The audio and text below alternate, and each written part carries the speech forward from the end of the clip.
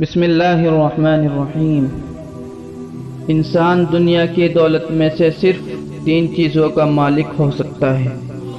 آپ صلی اللہ علیہ وسلم نے ارشاد فرمایا کہ مال و دولت کی کثرت اور دنیا کے ساز و سامان کی حرص آدمی کو غفلت میں پھنسائے رکھتی ہے، نہ مالک کا دھیان آنے دیتی ہے، نہ آخرت کی فکر۔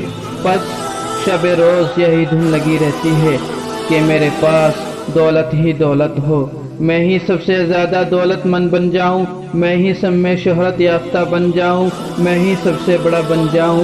اس کی فکر اور دھن کی وجہ سے خدا کو بھلا بیٹھ جاتا ہے، کہتا پھرتا ہے کہ یہ میرا مال ہے، وہ میری دولت ہے، وہ میری جائیداد ہے۔ آپ صلی اللہ علیہ وسلم فرماتے ہیں کہ انسان کہتا ہے کہ میرا مال میرا مال، تیرا مال کیا ہے؟ تیرا اگر کچھ ہو سکتا ہے تو صرف 3 چیزیں ہو سکتی ہیں۔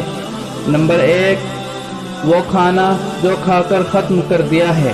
نمبر 2، وہ کپڑے جو تو نے پہن کر پھاڑ دیے ہیں۔ نمبر 3، وہ صدقہ خیرات جس کو تو نے آخرت کے لیے جمع کر دیا ہے، باقی تیرا کچھ بھی نہیں ہے۔ السلام علیکم ورحمۃ اللہ وبرکاتہ۔